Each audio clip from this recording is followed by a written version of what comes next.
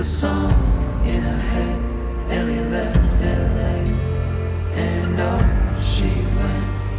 She left for the city with the stars in her eyes. Ellie left LA, and she doesn't know why, so she's moved. Muy buenas a todos y bienvenidos a mi canal.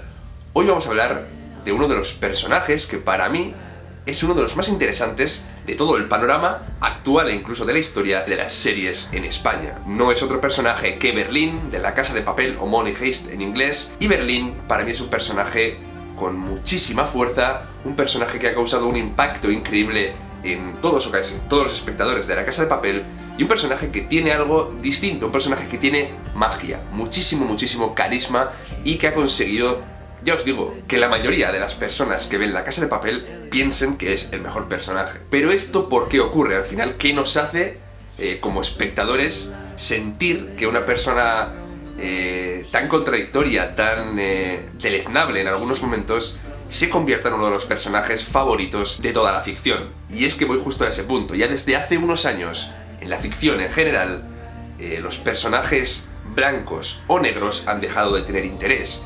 Ya llevamos viendo durante muchísimo tiempo cómo los creadores de historias se decantan por crear personajes complejos, personajes grises, en los cuales hay momentos en los que vemos sus partes más luminosas y otros momentos en los que vemos sus partes más oscuras. Y estos personajes complejos, con un pasado interesante, con unas motivaciones quizá contradictorias en algunos momentos, son realmente atractivos. Con lo cual, ya os digo, si estáis escribiendo, si estáis pensando en hacer algún tipo de corto o película, a la hora de crear personajes es interesante que tengáis en cuenta estas ideas. Berlín es este concepto, es un concepto de luces y sombras, bien ensamblado, que da como resultado, ya os digo, un personaje memorable. Por lo tanto, antes de empezar a hablar de cuáles son los engranajes que casan a la perfección para crearnos a Berlín, os recomiendo que os suscribáis, que dejéis un like y que comentéis abajo qué os parece este personaje, o si no, cuál o qué personaje de La Casa de Papel os parece que está a la altura de Berlín. Señores, ha sido un placer atracarles, pero ya es tiempo de disfrutar de unas merecidas vacaciones.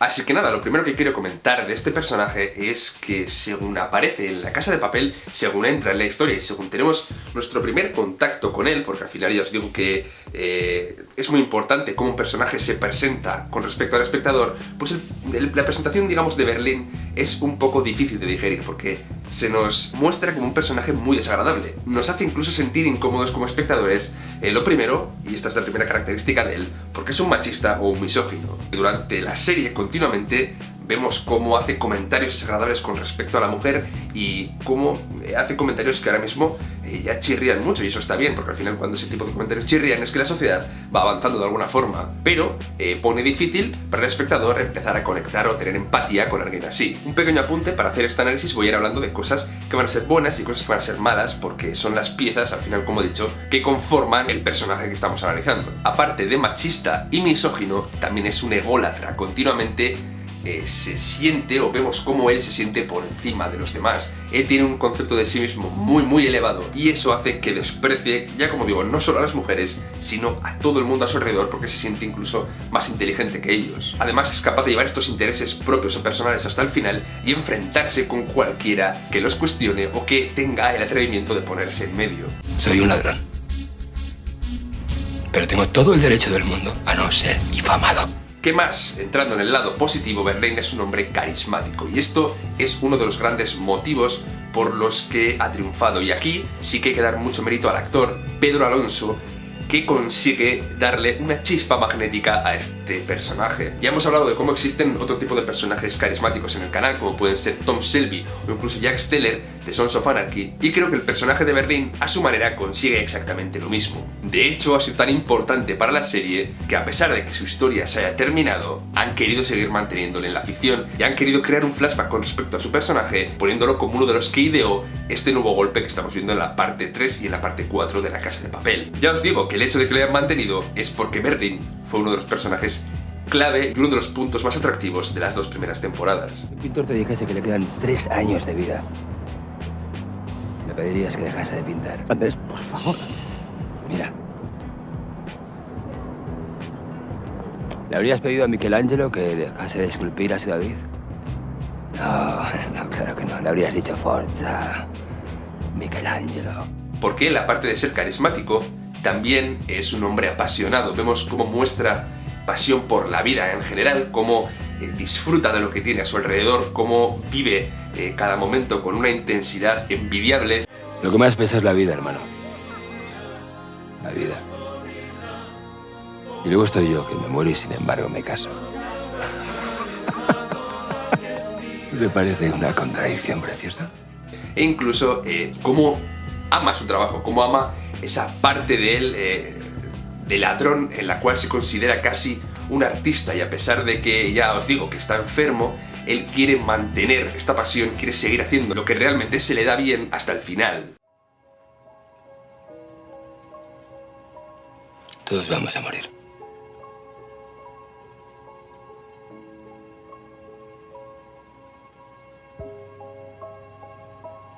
Por eso brindo. Porque estamos vivos. Y uniéndolo con esto, el hecho de que tenga un destino trágico, digamos, preescrito, predestinado desde el principio, aunque nos enteremos un poco tarde en la historia, también le da cierta epicidad al personaje. Es decir, sabemos que ocurra lo que ocurra, su enfermedad degenerativa va a terminar con él. Y esto es realmente trágico, esto es realmente triste, y hace que sintamos empatía por alguien por quien quizás estuviéramos despreciando continuamente durante la serie, con lo cual ya nos hace sentirnos confusos, porque nos han plantado un personaje ególatra, machista, que se cree por encima de los demás, y de pronto vamos viendo cómo sus sombras también lo hacen vulnerable. Y esto es un acierto realmente increíble cuando construimos un personaje.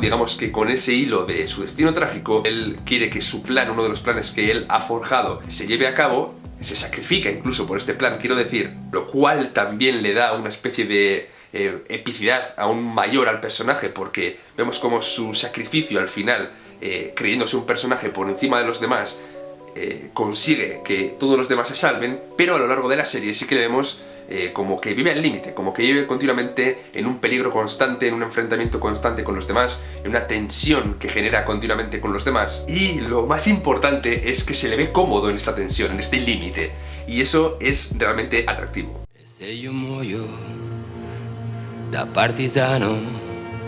Oh bella ciao, bella ciao, bella ciao, ciao, ciao. E sei un muoio da partigiano. Tu mi devi seppellire, e seppellire la sui montagna. Oh bella ciao.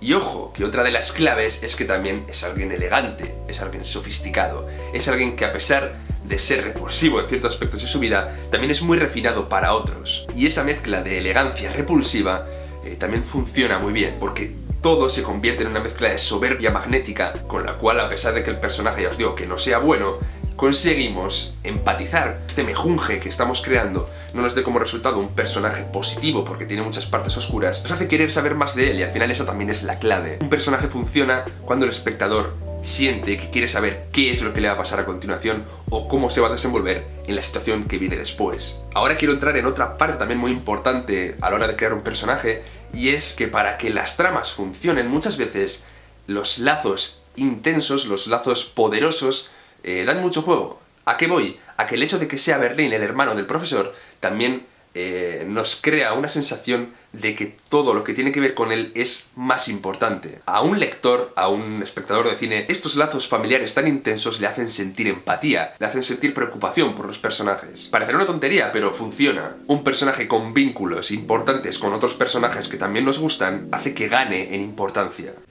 No puedo dejar que te marches y tampoco puedo dejar que te quedes. Lo que le has dicho a los rehenes ha acabado por condenarte y no me va a temblar el pulso. ¿Qué más? Berlín es alguien versátil, Berlín es alguien que se adapta a todas las situaciones, es alguien que se mimetiza muy bien con su entorno, es alguien que tiene muchísimos recursos y que lo demuestra continuamente. También es alguien divertido, el humor también forma parte del personaje de Berlín. Me pillas un poco liado. Un hombre con un carácter explosivo.